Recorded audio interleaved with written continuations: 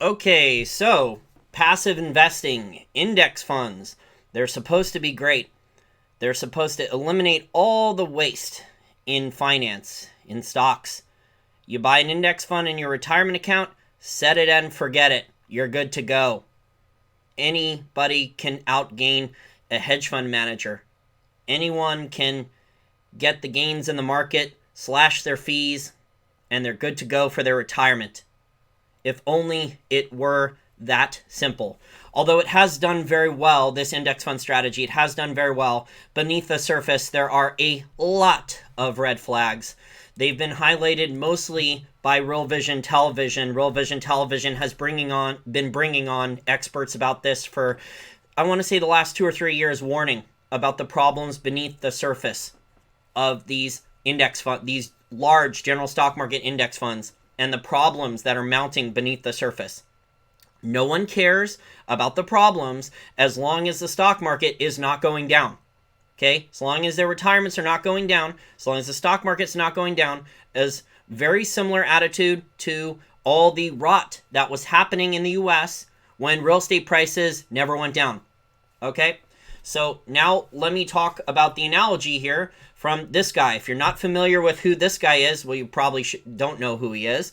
He was featured in the book The Big Short by Michael Lewis. Michael Lewis, great book. I read the book first, and then the movie came out later, and the movie turned in a very informative book into a very interesting movie, which really wasn't anything like the book, but at least the movie was entertaining, right? And if this guy is Dr. Michael Burry, Burry, and his character in the movie was played by Christian Bale.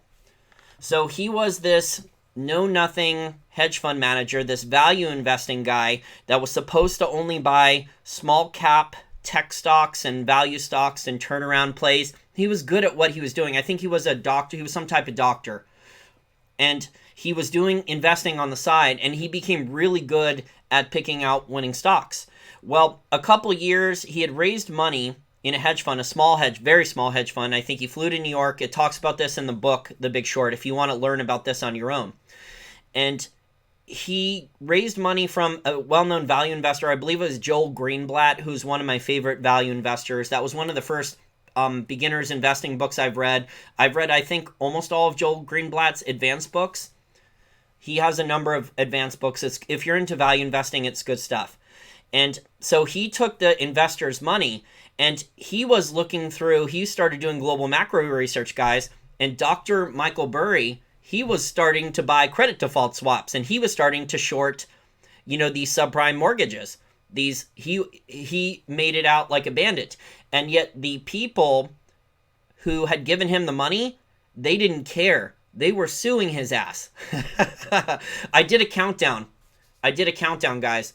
So I did the countdown here before I started the content because someone asked. I tried it out, and we'll see if people like it or not.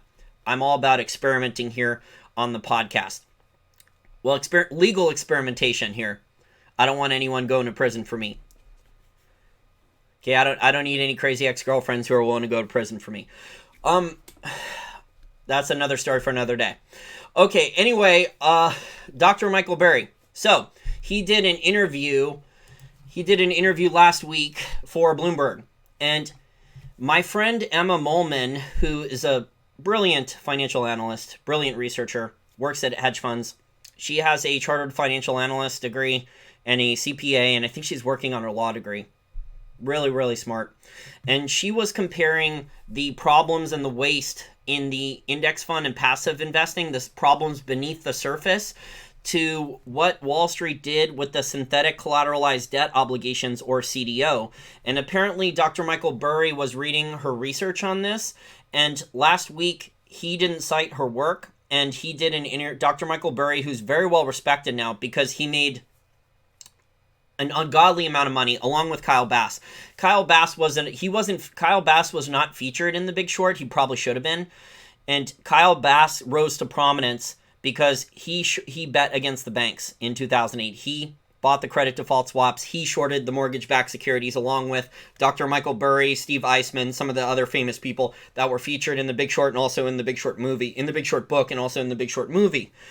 And the reason I'm doing this live stream show is I want to highlight some of the interview that Dr. Michael Burry did recently, warning people about some of the similar problems with passive investing in index funds, and you're probably not going to notice the problems until it's already too late, until the stocks already start to fall in the next couple of years, if stocks are allowed to fall, if the Fed allows them to fall, if the Fed does not step in with immediate QE. Maybe the Fed allows a stock market correction for 6 months, maybe 8 months, maybe 10, maybe 12. I don't think they would allow a stock market correction for longer than maybe 12 to 18 months, if that, but it would get rid of Trump, which the Fed would like. Clearly, the Fed wants to get rid of Trump. So we'll see if the Fed does it or not. I know there's a lot of debate over whether or not the Fed's going to do it or not. And there's some people that believe that Trump is just putting on an act and is really working with the Fed. I don't know if I believe that. So Dr. Michael Burry is talking about the dirty secret of passive index funds, whether open-end, closed-end, or some of the ETFs, is the distribution of daily dollar value traded among the securities within the indexes they mimic. In the Russell 2000 index, for instance, the vast majority of stocks are lower volume, lower value traded stocks. He counted in this Bloomberg interview, if you want to read the whole interview, it'll be in the information and description section. He counted 1,049 stocks that traded less than $5 million in value during the day. So that is over half of the stocks in the index. And almost half of those 456 stocks traded less than $1 million during the day in trading volume. Yet through indexation and passive investing, hundreds of billions of people's retirement dollars are linked to the stocks like that. So does that sound right? What you have then is you have these ETFs, which are proxies for the real underlying stocks, and those are trading large volumes. But the real stocks themselves are not trading at big volumes. So there's a big mismatch there, and it's a red flag. And the red flag is when people go to sell, that the exit is not big enough. So the distortions that are being caused by these index funds, there's a lot of other distortions as well. One of the distortions is that in order to create the index, when more money comes in from people's retirement accounts. So if you're a regular person and you do what your company tells you to do, which is put into your 401k and your company will match, and you buy, because you want to save on fees, you buy a stock market index fund. You buy the S&P 500 stock market index fund from whatever retirement plan your employer has, or whatever, or the Dow index fund, or whatever, or maybe it's a small cap, maybe it's one of the Russell ones. It's the Russell 2000 small cap stock market index fund. Maybe they actually give you a handful of these index funds to choose from. What the point Dr. Michael Burry and also Emma did, I guess, before Dr. Michael Burry, and then he didn't give her credit for this, is that the corresponding stocks that the indexes are tracking, the corresponding stocks are not getting the volume increases. The corresponding stocks have very little volume, so the indexes are getting the volume. So what happens with that is, as long as the stock market is going up, or there's a minor correction, and your financial advisor and the talking heads on CNBC or whatever are telling you to buy the dip, as long as money is buying the dip and money is not rushing to the exit, everything is copacetic. No big deal. However, if a lot of people start to demand redemptions in their index funds, that's when the problems happen.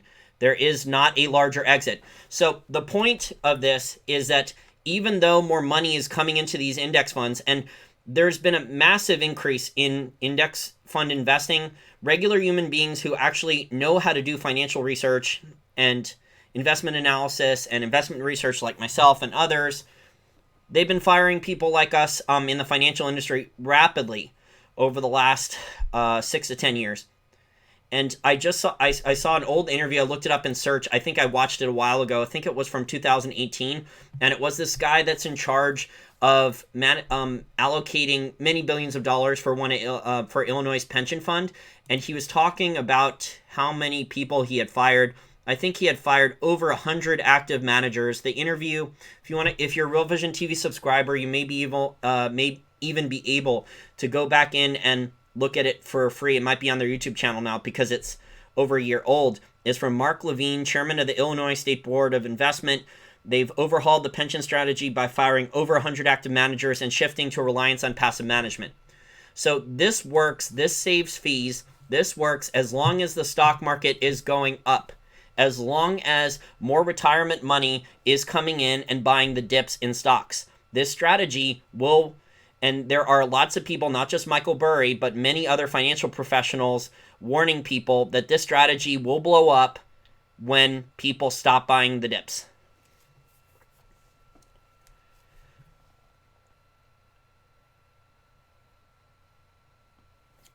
And even Jack Bogle, the guy from Vanguard?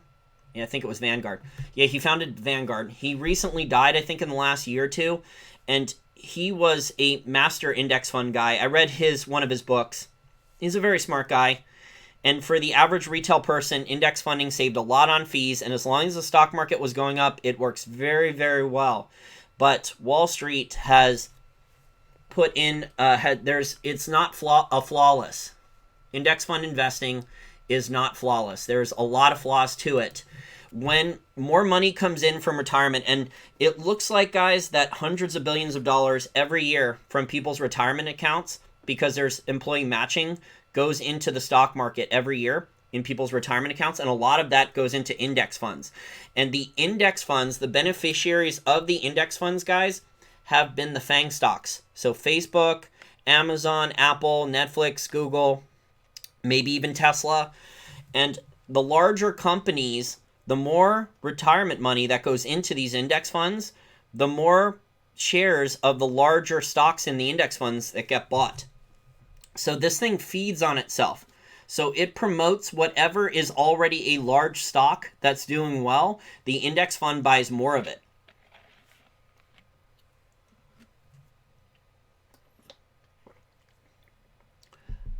I'm not sure what is the best way to take advantage of this when it fails. I'm not quite sure yet. I think there's hedge fund products that are setting up ways to short this. There's interviews about this on Real Vision Television. There's a bunch of people warning about this. The warnings have been coming. The latest one is Dr. Michael Burry, and he's comparing this to the collateralized debt obligations. Let me read more of the passages here exactly about the CDOs. So Burry, who made a fortune betting against CDOs, collateralized debt obligations, argued that these passive flows of index funds are distorting prices for stocks and bonds in much the same way that CDOs did for subprime mortgages. Eventually, the flows will reverse at some point, and when they do, quote, it will be ugly. Quote, like most bubbles, the longer it goes on, the worse a crash will be. And now he oversees $340 million in assets under management. Not bad. He likes small cap value stocks because they tend to neither be underrepresented in index funds or left out entirely. That's probably a good strategy. But these index funds, guys, are also crowding out some other companies. They're making it so quality companies can't raise capital, or the quality companies are paying a higher interest rate. Because these larger companies that are in the index funds, their market cap, is going up, keeps going up. So they're benefiting way too much. These companies are not increasing fundamentals. There's just all this flow that's coming in from people's retirement. People are putting money into their retirement accounts, and then their employers are matching this, and a lot of that capital just keeps going into the same stocks, and it's feeding on itself. And this is why in a lot of cases you start to get grossly overvalued stuff. That's probably also, besides the financial engineering that Campbell Soup has done, Campbell Soup's also in those index funds, probably why you have Campbell Soup now that has had a big rally in its stock price, even though it's at over 64 times earnings with no revenue growth and a debt to equity ratio over 3. So there's 3 times as much debt as there is equity in Campbell Soup. So money is going into a lot of these large cap stocks that should not be going into there. It's not picking out the individual companies. It's going in there indiscriminately. Jack Bogle was warning about index funds. Let me read some of his comments here. I have an article from Money Magazine from, let's see when it was, November 30th, 2018. So he must have died. He must have died either at the end of 2018. I can't remember the exact when he died. He was in his 90s, I believe. He was on Wall Street for 40 years. So index fund reshape in the stock market. Index funds growth has had some unintended consequences. As Bogle points out, there are 3 index fund managers who dominate the field. Vanguard has a 51% share of the market, followed by BlackRock with 21% and State Street Global with 9%. There are significant obstacles to becoming a major player, however, so it's not likely any new competitors will reduce the huge concentration enjoyed by these big powerhouses. There's good news for investors as competition between larger fund managers has increased. Fund fees has gone way down, so that is good. Fees down are good. The old bullshit that people used to get, and even when I worked in the financial industry in the mainstream job as like a stockbroker or an IAR or RIA, registered investment advisor, or IAR, investment advisor representative, they abbreviate it differently sometimes. It's a lot of sell the customer, pretend that you care about the customer, and then sell them the highest commission garbage.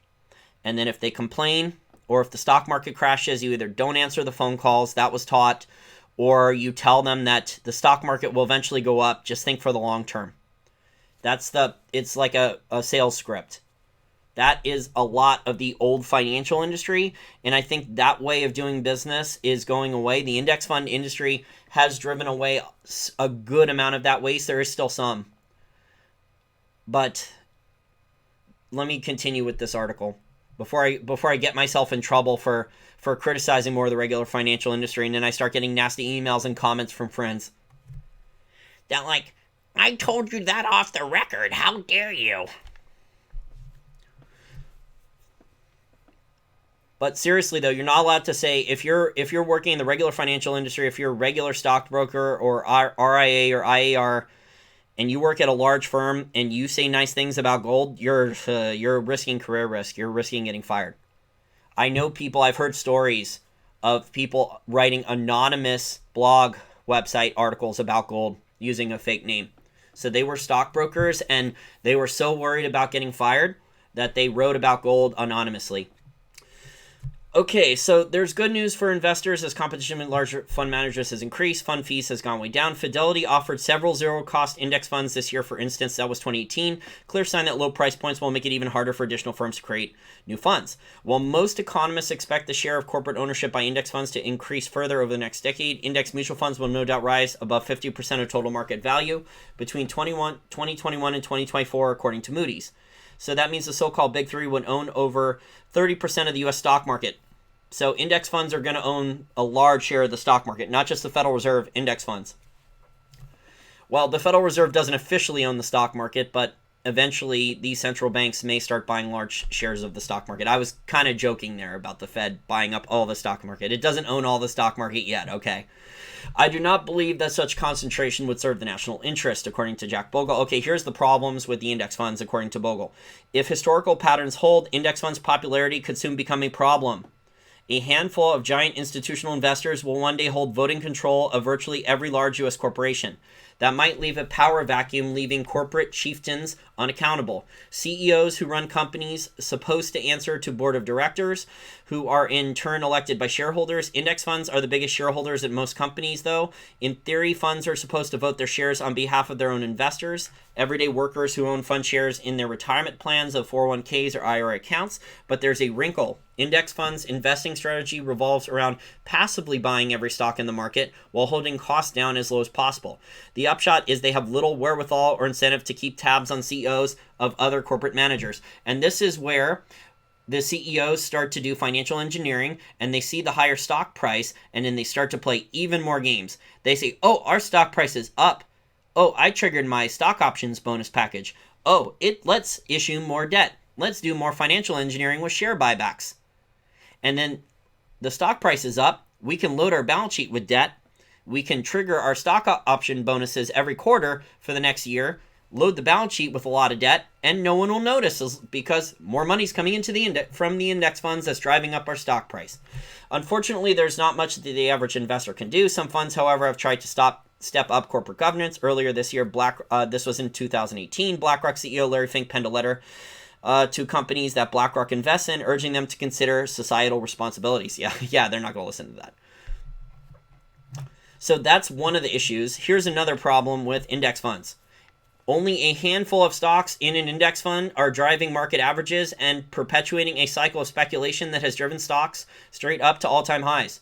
This article was from January 9th of 2018. Arguably, the stock market indexes, guys, have not done very much. They've been volatile, and they have not gotten higher since January of 2018. So there is, in these major stock market indexes, 90% of the stocks are not performing well. It's 10% or less of these leading performing stocks that are getting more and more value, and the index fund, they're going up in price. The stocks may be actually doing well. There may actually be fundamental benefits there at the company, and then the index funds come in and they chase momentum and they buy up more and more shares of that company. So it creates, basically, it's not buying low, it's not buying value, it's these index funds. Everyone thinks, oh, I'm saving fees, I'm getting exposure to all the market, but you're actually getting exposure. This was probably an unintended consequence because so much money has gone into these index funds because everyone wants to save on fees, that so much of this capital from the retirement accounts into the index funds has kept buying up these stocks that already had the momentum. So they're just chasing it higher. They're just chasing these stocks higher. And the index fund keeps increasing the proportion of ownership of those shares that are already going up. So it's not reallocating. If there was a human being managing money, right, and a stock price, this is hypothetical, if a stock price has already gone up 100% or 200%, a human being would probably, who is managing money professionally, would probably take money off the table, take profits, and look to allocate to a cheaper stock and diversify the profits. And that's not what the index funds are doing. So another major problem, I have 6 different articles here about the different problems of index funds if you want to go into this more in depth. One of them's from EB Investor on Seeking Alpha from January 9th, 2018, the problem with index funds. And let's see here, he has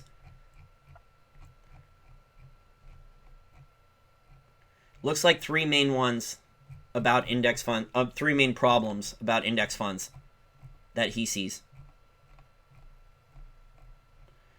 So the false idea that index funds outperform active managers.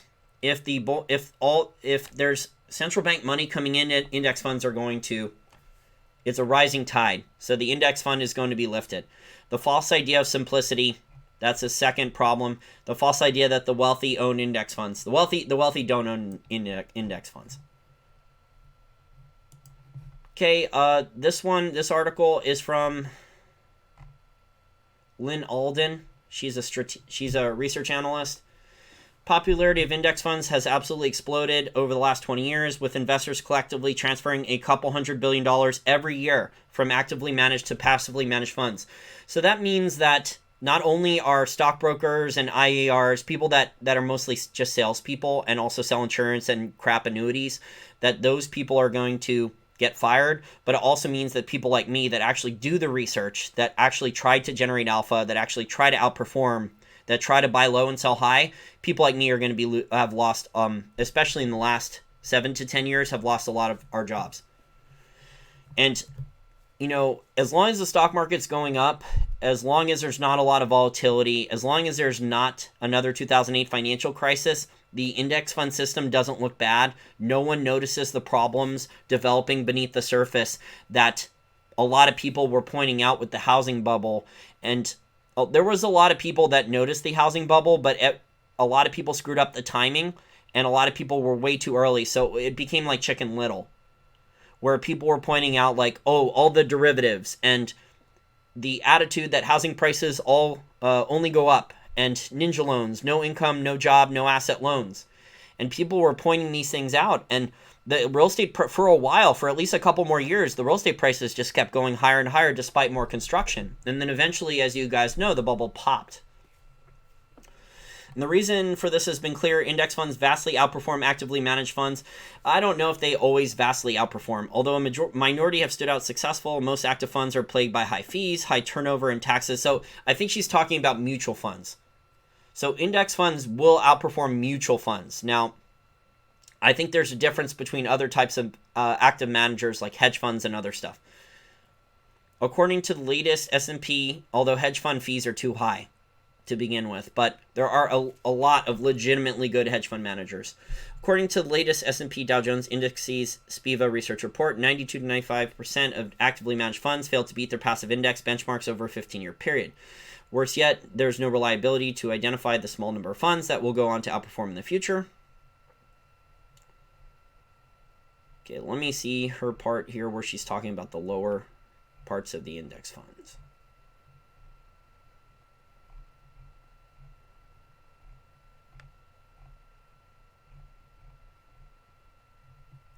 Okay, rather than expecting 8 to 12% returns from stocks and 5 to 7% returns from bonds like we have in the past, it's more realistic to expect less than 7% stock returns and less than 4% bond returns going forward.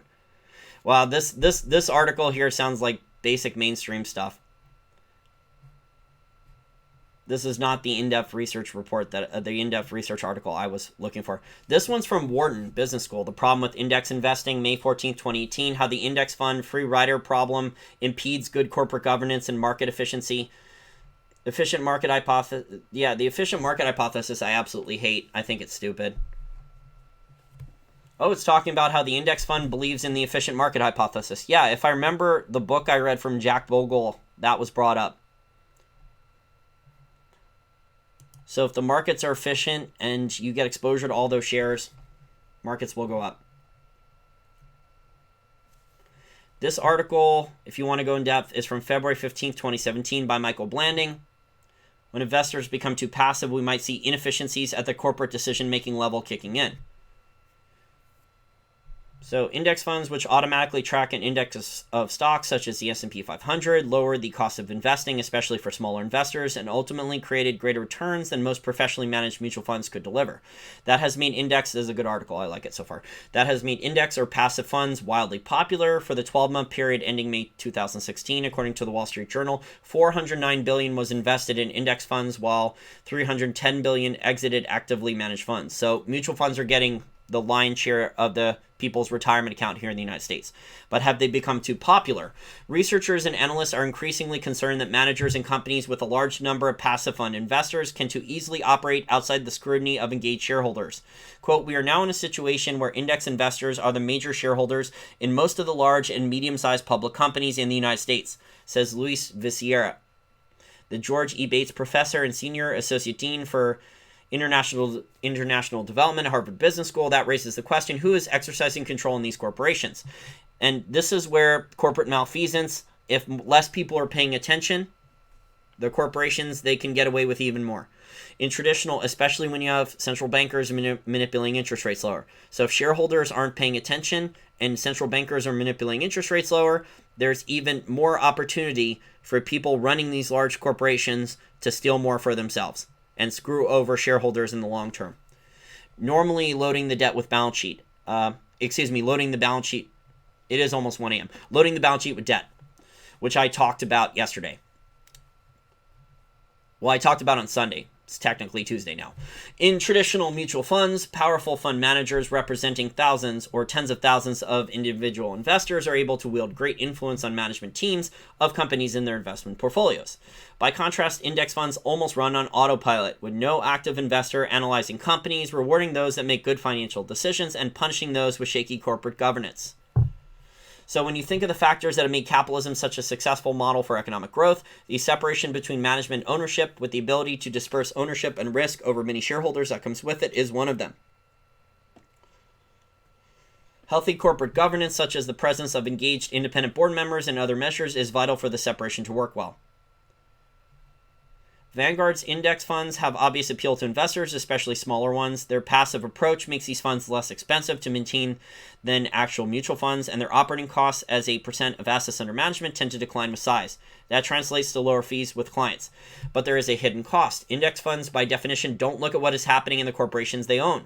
That is less important when index funds are a minority of a company's ownership. Investors can count on more active shareholders to scrutinize the firm's financials and engage with corporate management. But when index funds become the largest shareholders, they need to take a stand. They're not taking a stand. And then this leads us back to Dr. Michael Burry here with the CDOs. Central banks and Basel III have more or less removed price discovery from the credit markets, meaning risk does not have an accurate pricing mechanism in interest rates anymore. And now passive investing has removed price discovery from the equity markets. Because so much retirement money, in my opinion, not only are central banks buying stocks, or stock ETFs. The Bank of Japan is, Swiss Central Bank is. I think the European Central Bank is buying shares too. The Fed hasn't officially done it yet, but we know what happens after 3:30 p.m. most days into the after hours, the S&P 500 E-mini futures contracts, and how sometimes $10 million of purchase orders comes in just randomly. It's been going since, I think, 2009, that ridiculousness. The simple theses and the models that get people into sectors, factors, indexes, or ETFs and mutual funds mimicking those strategies. These do not require the security level analysis that is required for true price discovery.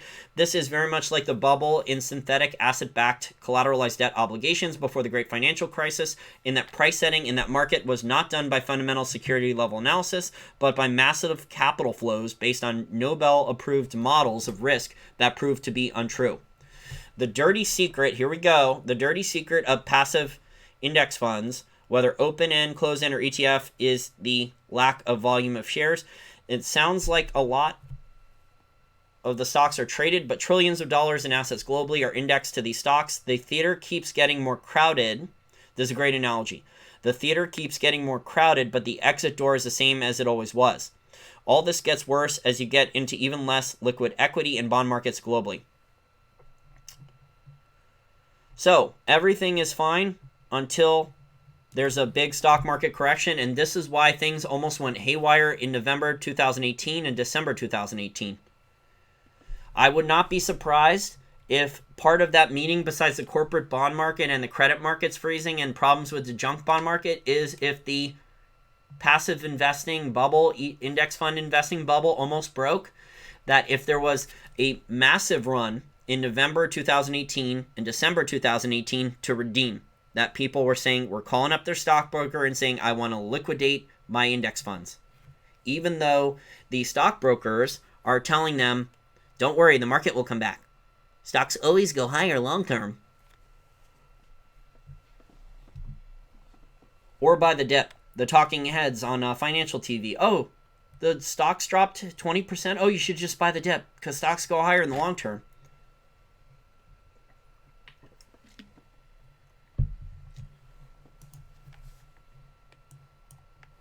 And then I have another article from 2014, Larry Swedroe, The Problems with Index Funds. I won't read that one. But there are 6 articles here if you want to go in depth. And Real Vision Television, you should be able to find some of these interviews because they're from the last 3 or 4 years from experts. You should be able to search on Real Vision Television for passive investing or index fund or passive investing bubble or index fund bubble. The financial professionals tend to call it passive investing rather than index funds. The regular people tend to say index funds.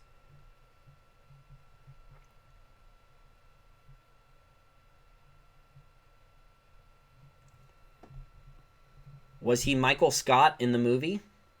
Thank you, Kevin. I'm glad you like all my videos. Appreciate it. And thank you to my almost 150 Patreon account contributors now, and my around a dozen monthly PayPal contributors. Thank you very much. Making my life a lot easier. So we're not going to see, guys, the guys and gals, ladies and gentlemen, because we have a lot more female listeners lately. We're not going to see this index fund bubble.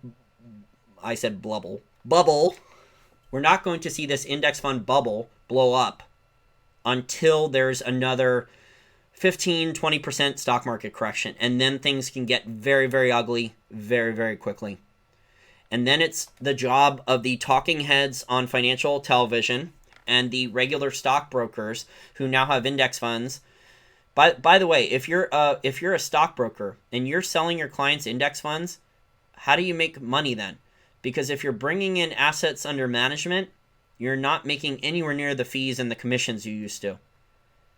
If you're putting your clients into index funds as a stockbroker, and I remember how much money, what the commissions used to be for different products that we sold. the amount of commissions for index funds are way lower. We're talking they're down enormously. Some of these index funds, these stock market index funds, have below 1% fees. So you're not, if you're a stockbroker and you're putting your clients into that, I mean, you're not making anything. You're making very, very little. The larger firm is, because they still, the larger firm like the Fidelities, the Vanguards, they have enormous assets under management.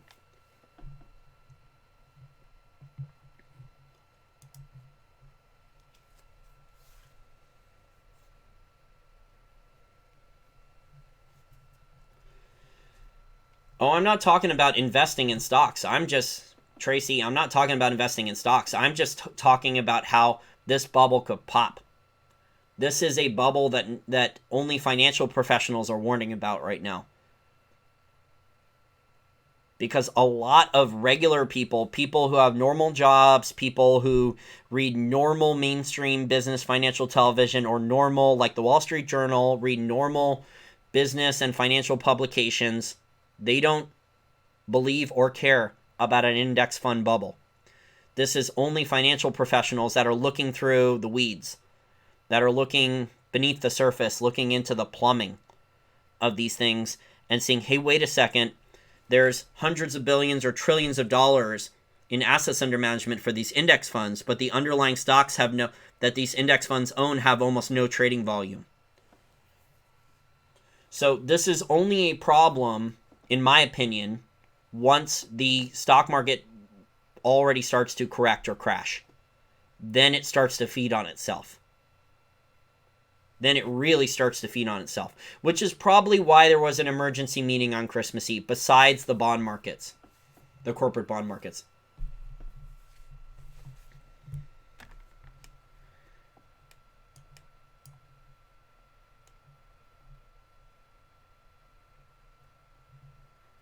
What is the best way to take advantage of this when it falls?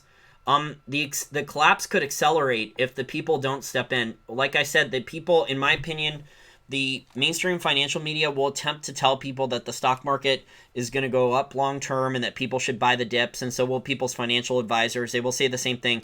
What the financial advisor did to my dad actually was even worse. It was absolutely horrible. But when I was a stockbroker, I learned that that's part of the sales script. Is when the tech bubble burst, my dad's stockbroker intentionally did not call him back for over a month. My dad called a lot. And similar behavior in 2008.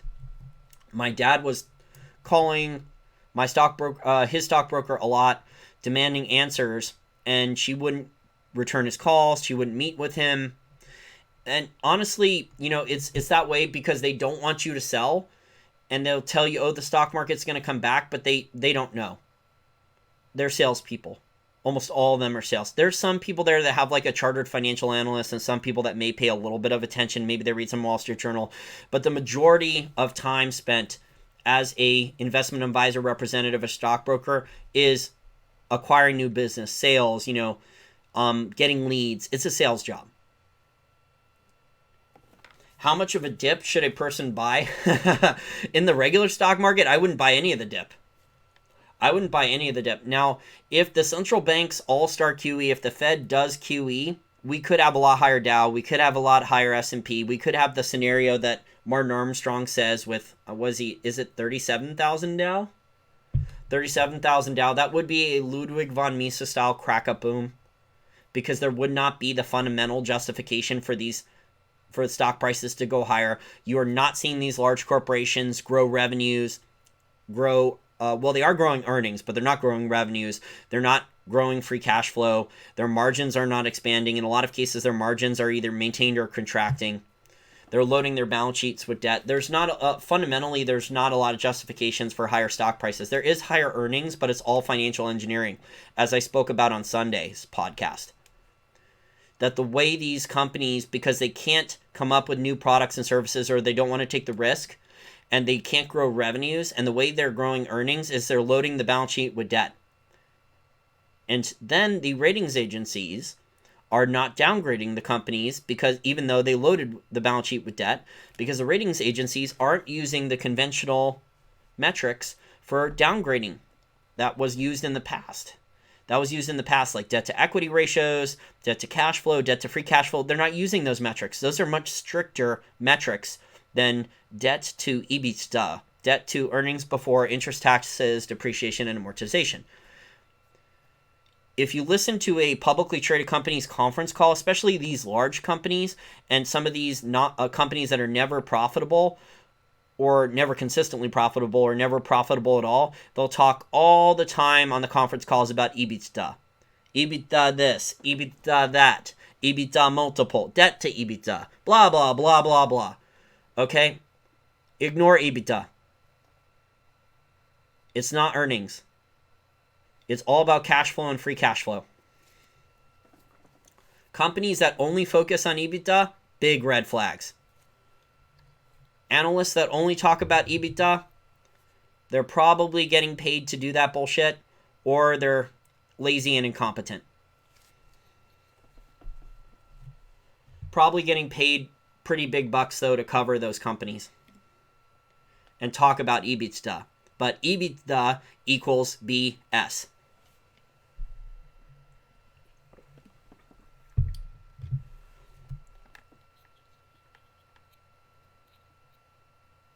Ford bonds were just downgraded to junk. Yeah, it doesn't surprise me. How much of the dip should a person buy? I wouldn't buy the dip. I wouldn't buy the dip in stocks. I would be buying. This is not financial advice, D-Nice, just my opinion. I would be buying the dip in gold. I would be buying the dip in silver. There's quality. There's gold stock, gold mining ETFs. I would look at that.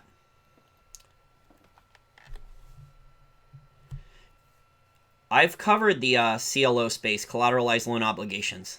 I did that a few weeks ago. Hey, Brian, did you see my video on collateralized loan obligations and the Federal Reserve research report that came out in July? And how the Wall Street banks send the junk, the covenant-light junk bonds that are chopped up in the collateralized loan obligations. They don't even want to do the dirty deeds. They don't even want to make the toxic sausage here in the United States. That toxic sausage, radioactive sausage, is sent to the Caribbean. It's sent to the Caribbean. And then, after it's sent to the Caribbean, sliced and diced more, and repackaged as sausage, as high-quality premium sausage, then it's sent to insurance companies and pension funds to choke on and die. Well, they think they're getting yield. What is EBITDA? Earnings before interest. It's EBITDA. Earnings before interest, taxes, depreciation, and amortization. Ignore it. And if you hear it mentioned on a conference call a lot, and it normally is, red flags. I don't trust EBITDA. I want real earnings. I want free cash flow. I do not want EBITDA. Now, it's such a funny abbreviated word there. We could make like a goofy, I could imagine puppets just having a really goofy conversation with EBITDA. No, EBITDA is not food.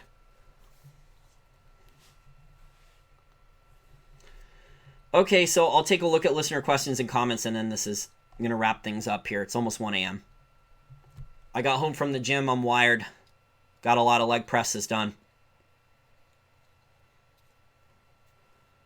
Muppets on Finance, starring Lloyd Blankfein, doing God's work.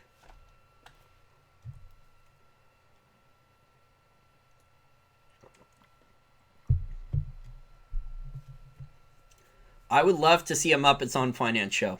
I don't think we're going to see one.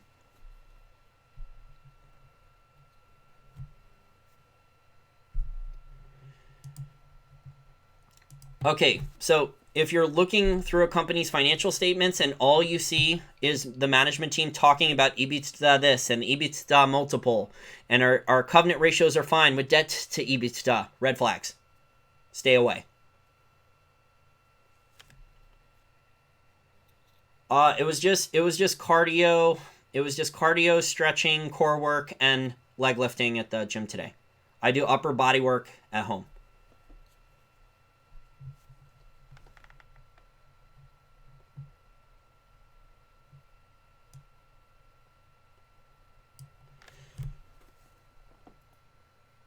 Top 3 silver mining stocks from Blake. Okay, just my opinion. I like Pan American Silver, I think, is the safest. First Majestic Silver has had a nice correction. It looks pretty good. And I think Wheaton Precious Metals is not, they don't mine, but I think they're solid. I think those are the least risky. You can take more risk on smaller ones. I have a speculative position in Alexco. Full disclosure, I have 1,000 shares of it. I used to leg press like 420, but then I injured my back for about a month. I pulled a muscle in my back, so it's come down. That was last year. I was up to 290 today, though. Not bad. 10 reps at 290. Not bad. I have to go ice it down now before bed. If I don't, I'm not going to be able to walk tomorrow.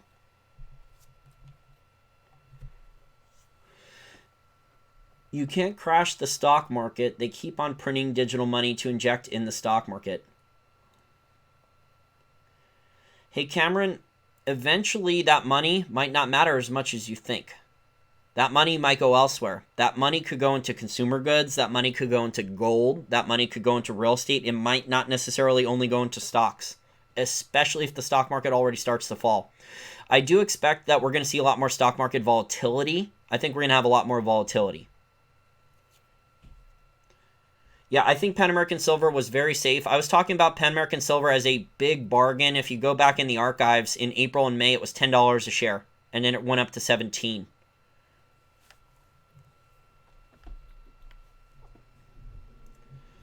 I would have to research that more, Divroom. I remember you asking about that a month or two ago.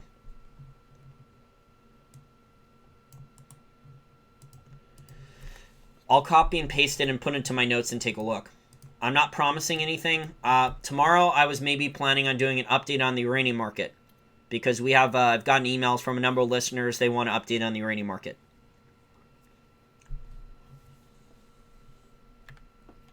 There is opportunity in uranium, but I think the problem right now, for me at least, and why I'm not buying any uranium shares, not just my opinion, not financial advice, is because of the global macro situation. There is a lot of bargains in uranium, also a lot of risk. The bargains are very deep, but if the global macro situation gets bad, the uranium stocks are gonna get even cheaper. Yeah, Hecla may end up bankrupt. There's a pretty high probability it's going to end up Hecla needs to raise money. Hecla has a lot of issues. Blake, did you go through my mining stock education playlist? I have a video on this, and I outline a lot of the problems with Hecla. I did an entire case study on Hecla. So Hecla has production problems at a number of their mines. Things were so bad last year at Hecla last year and earlier this year, at one of the mines in Nevada, I think they were producing gold at $3,000 an ounce. So they were just losing massive amounts of money. And normally when you have that bad of production problems, you have to throw a lot of capital expenditure or CapEx at those mines to fix them. And Hecla has a really bad balance sheet. So Hecla has expensive problems to fix at their mines to lower costs to get the mines with better margins and generating free cash flow. And Hecla also has a bad balance sheet with debt. So Hecla has two very big problems. They don't have a lot of cash in their balance sheet. They need to raise capital. I haven't seen a press release saying Hecla has raised $100 million or more of capital. If there is a big rally, if the rally continues in gold and silver, we may see an announcement. I don't know if Peter likes Hecla. I speak to Peter occasionally, we're friends. He may be Peter Spina. He may be from Goldseek. He may be buying it as a speculation. He thinks, you know what, I'm kind of vaguely remembering a conversation with him about this months ago, and he thought that Hecla could restructure their bonds. He thinks that Hecla will restructure their bonds and survive, and I don't agree. And that's from conversations with all my different contacts in the mining industry and Nolan Watson and the other people. And it's just really, really tough out there for a lot of mining companies, they can raise small amounts of capital, but Hecla doesn't need small amounts of capital.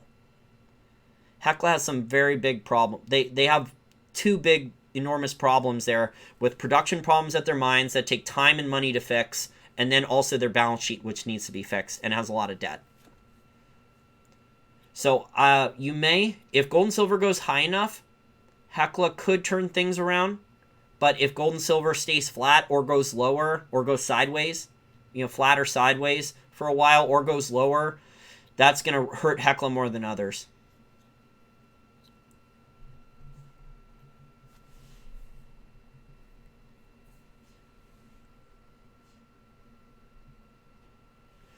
If they cut rates, what will the mortgage rates be?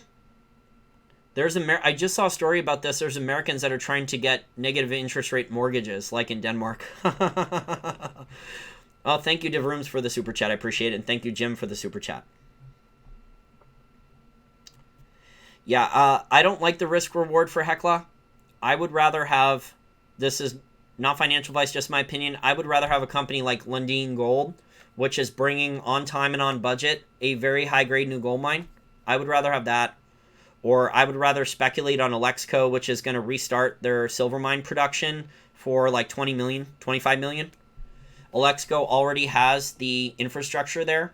They were mining silver only like 4 or 5 years ago, and then they had to shut it down because the silver price went too low. They didn't go bankrupt. They have some cash flow coming in from their environmental cleanup business. I don't really like taking too many risks with bankrupt companies anymore, especially miners, because you need the commodity price to really rocket. The commodity price, let's say if silver ends up at 22 by the end of this year, by the end of 2019, Hecla should be able to raise the money. But right now, the capital markets are just not friendly to the miners who want to raise big amounts of capital. Remember, I talked a couple days ago about the new gold. The bought deal, $150 million new gold bought deal, that went bad for the Canadian investment banks. So that spooked them. Go back. If you didn't listen to that yet, go back and listen.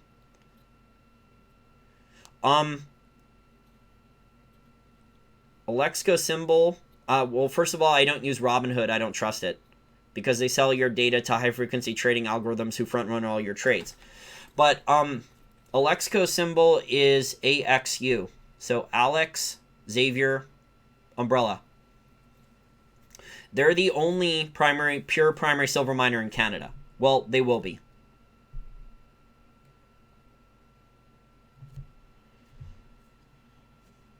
So, there is a bubble. Wrap things up here. Voice is getting tired. Taking a lot longer than I expected. Thank you, Jim, for the super chat. I'm going to answer Jim's question and wrap things up. Wrap things up now, then Jim's question. So if I could summarize, the index fund bubble is massive. It gets bigger every year. Hundreds of billions of dollars in Americans and probably foreigners' retirement accounts comes into the stock market and buys these index funds. But the index funds have massive amounts, are massive. I think Vanguard has trillions of dollars in assets under management. They're enormous. But the underlying stocks, a lot of them, in these index funds, so the proxies for the stocks in the index funds, the proxies are not getting big trading volumes. So even though there's more people getting exposure to the stock market in these index funds, the underlying stocks, some of them have not benefited at all, and some of them have very little, if any, trading volume. So if there is a stock market correction or crash, I would probably, my educated guess would be 20% correction, because things almost broke down. In November of 2018 and December of 2018, things were close. Otherwise, we would not have had that emergency meeting.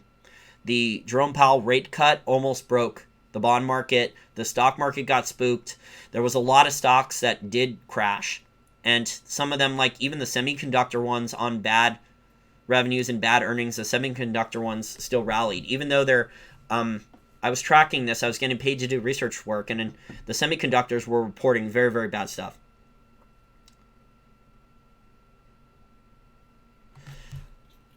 Nope. I have no idea why analysts do not have Sprott rated high. Okay, let me get to Jim's question here since he sent me an extra $10. I appreciate it. Thank you, Jim. How good do I think President Trump has been for the U.S. economy? It depends. So for corporations, he's been good. For a lot of corporations, he's been good. For small businesses, certain ones, he's been good. Not farmers. His tariffs are creating a mixture of winners and losers. The tariffs are. So if you're not too badly affected by the tariffs and you were benefit of the Trump tax cuts, you won. This is the problem as a small government libertarian Austrian school economist, with government pulling levers and wage and price controls and central bank intervention and big government intervention. This is the problem with all of this stuff. It creates massive unintended consequences. There's all these rules changes, all these loopholes. It's a headache for a lot of people, and it makes things that should be a lot more simple in life way too complex. So I think for someone like me personally, Trump has not benefited me at all. I have not been a beneficiary of the Trump tax cuts. The Trump tax cuts for self-employed people, which is what I have with my small business now, it only benefits self-employed people who are making between $65,000 and $150,000, which seems to me to be he was targeting with the tax cuts there specifically his ideal voter.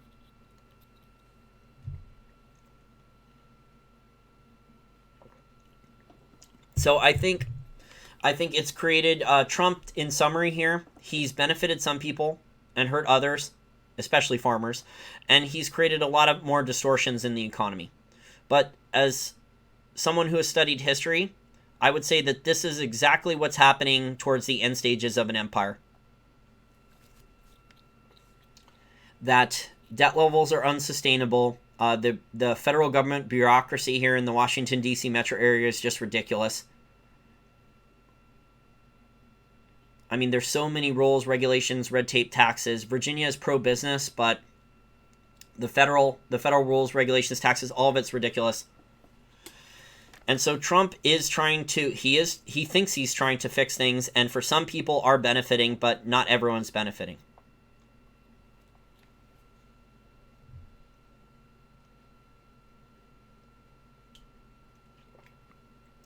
Did you guys see that one of the Wall Street investment banks is starting a VOLFFA interest rate hedging fund?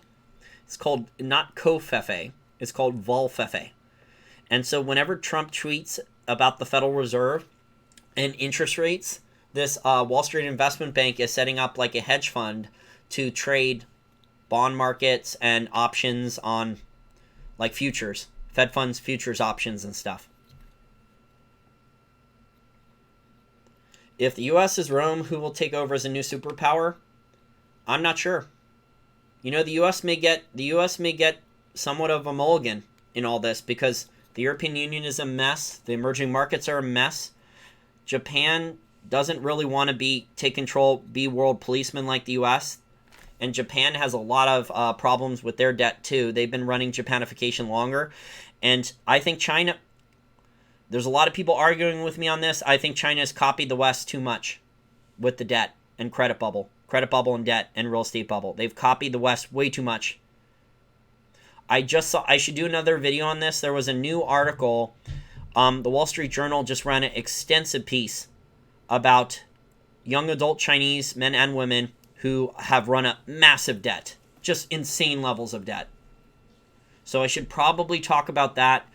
I think it's projecting that the levels of Chinese debt for consumers and household debt will be as high or higher than the European Union in the near future. And you got to remember, too, that the average per capita income in China is only $11,000. So there is a lot of rich people in China, but there's also their middle class. Excuse me, my voice is starting to go, so I should wrap this up. Their middle class is only making about $11,000 per year. And they have a lot of poor people still. Ryan, exactly. And this is what I was talking about earlier. I was like, be careful what you wish for. Ryan says, maybe nobody a dark age. Exactly. Be careful what you wish for. This is what happened. A lot of people were rooting for the Roman Empire to collapse. And there was, barbarians? There was Visigoths. I'm trying to remember the rest of my history lessons here. As the Roman Empire was falling, It's crazy, all the bribery and corruption, if you want to read into this, that the Roman Empire did to delay the collapse. By literally the Roman Empire, the politicians were paying off the barbarians in gold and marrying off like their rich patrician daughters to the barbarians to try to prevent them from invading. But yes, I could see a dark age. Hopefully not World War III, because the weapons technology is there to kill millions of people very quickly. So yes, there could be no superpower, and there could be a dark age where education collapses, where there is no real trade. China looks like to me that they're isolating now. They're focused on isolating. I should talk about this on another show because we're way over an hour. It looks to me like China is running out of... Go look at Michael Pettis' Twitter. He just put some interesting things out there in the last 24 hours. That apparently Chinese employees, government employees, and other people, teachers and others, are not getting paid.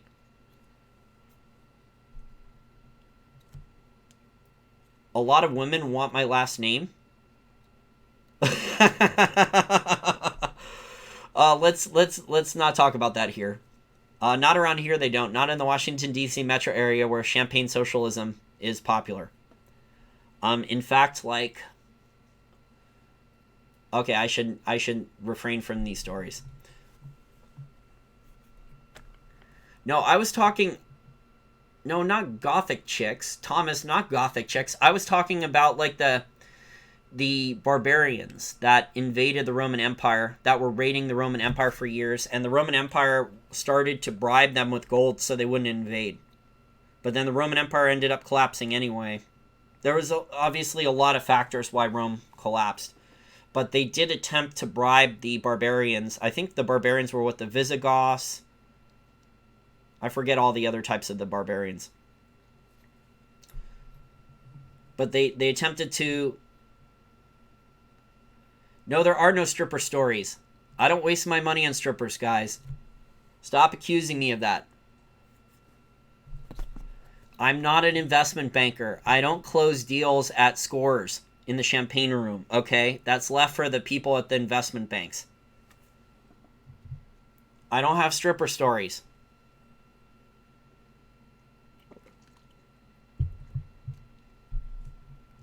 Okay, well, I think that's it for now. Okay, bye everyone. Good night.